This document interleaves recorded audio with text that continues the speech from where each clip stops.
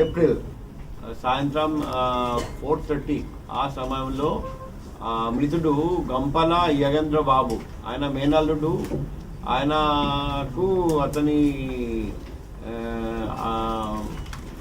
ధనలక్ష్మి అనే lady phone చేసి ఈ ఇంటి ప్రధాన ద్వారం ఇప్పుడు కూడా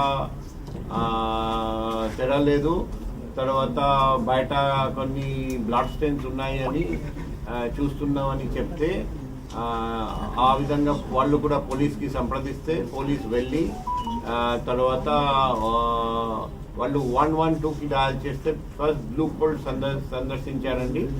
తర్వాత పోలీస్ వాళ్ళు వెంటనే వచ్చారండి. వచ్చి చూస్తే next slide. So clues team పిలవడం జరిగింది. తర్వాత మనం ఓపెన్ చేసి చూస్తే ఇద్దరు అక్కడ డెడ్ అని కనిపించింది, మర్డర్ జరిగింది, అది కూడా స్పష్టంగా తెలిసింది.